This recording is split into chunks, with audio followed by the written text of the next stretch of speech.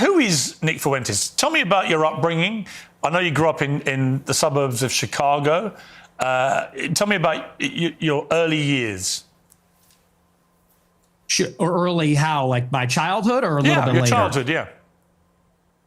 Well, I grew up in the suburbs of Chicago in LaGrange Park, as you say. My parents are ethnics. My father's half Mexican, half Irish. My mother's Italian. And they both came from a pretty rough upbringing themselves. They both were raised by single mothers, not because of divorce, but because both of their fathers had died. They endured a lot of dysfunction. And I think that's one of the reasons they came together and they related to each other and they wanted to create a normal upbringing for their children. They wanted to have a normal family life. And so they moved out to LaGrange Park away from the city. And they raised me and my sister and really put us first. I think that's a big reason why I tend to have a lot of these family values or Christian values. My mother quit her job and stayed at home to raise us.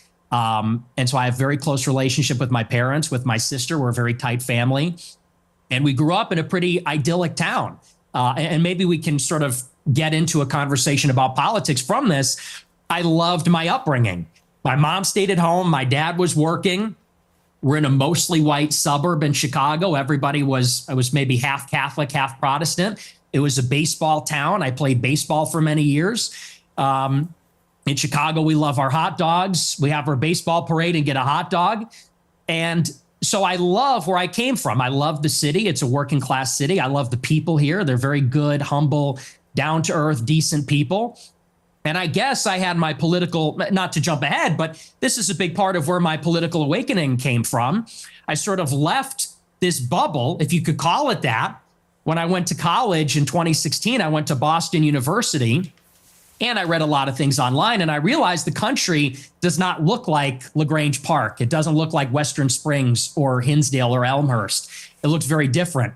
The country's undergoing a radical transformation because of immigration. And so I saw that and I said, this is not really a desirable change. I don't like the south side of Chicago or the west side or LA or certain parts of Boston as much as I like where I came from. And I guess that's what made me an American nationalist. I said, I want to preserve my home and the things that are familiar to me and the things I like about my home, what makes it America. So that's a little bit about my background. I don't know where you want to go with that, but that's kind of where I came from. My first obvious question is, were your parents immigrants to the United States, or were their parents, or were their grandparents? In other words, at some stage, I presume, there were immigrants in your family who came to the US. Is that correct? There were. I believe my mother was fourth generation and my father was third generation. So their ancestors came here on my mom's side in the 1860s, I believe, the first wave of Italian immigration. My father's ancestors, I think they came around at the turn of the century in 1900. So your view of immigration, and we'll get to the specifics about your views on immigration, are they not affected at all by the fact that if it wasn't for immigration, you wouldn't exist as an American? Well, I would certainly exist, but like you said, maybe not as an American. Certainly that's influenced in some measure. But I think that the kind of immigration that we had for a long time in the country, it's different than the immigration that we have now.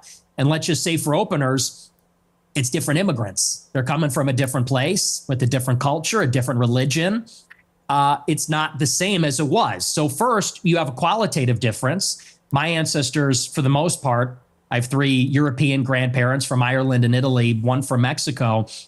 They came from Europe. They came from a society where there's a common ancestry, there's a common religion, common civilization. The people that have come in since 65, since Hart-Celler, they're coming from China, India, the Northern Triangle, Mexico, Venezuela. And so first, they're just different people. Secondly, it's a quantitative difference. There's way more, and it's an unceasing, always increasing wave. For the first 3 or 4 waves of immigration, you would have a major influx of immigrants and then it would stop. And then you'd have another wave and then it would stop. This one, it just keeps going up for 35 years and it's too many. So that's really where I would draw the distinction between maybe where I originate from I would even just simply call that immigration. What this is an invasion. It's a completely different policy. But you mentioned, can't even call all it right, the same but thing. you mentioned Mexico in that list, and your father is half Mexican. So, Yeah. I mean, by your criteria, part of the invasion would include your father, presumably, and his immediate descendants who came from Mexico. Not really true, because when my father's ancestors came here, it was a small fraction of the total immigrants that came from Mexico. I don't believe that we should have zero immigrants forever, or even zero immigrants from non-white countries. But you have to draw the distinction. My father's father, he was here in the 40s and 50s. It was his parents, or I believe either his parents or grandparents, that came here even earlier. Up until 1965, 90% of the immigrants were coming from Europe. I have no problem with that. If we have 10% of them coming from Mexico or Latin America, maybe that's reasonable, but that's not what it is now. Now you've got 10 million illegals in 4 years under Joe Biden, and you got millions more legal immigrants from China, India, Venezuela, El Salvador. And it's so many with no break for assimilation, and they're all from non-white countries. It's transforming what America is. And again, that's the distinction. That's what makes it unacceptable.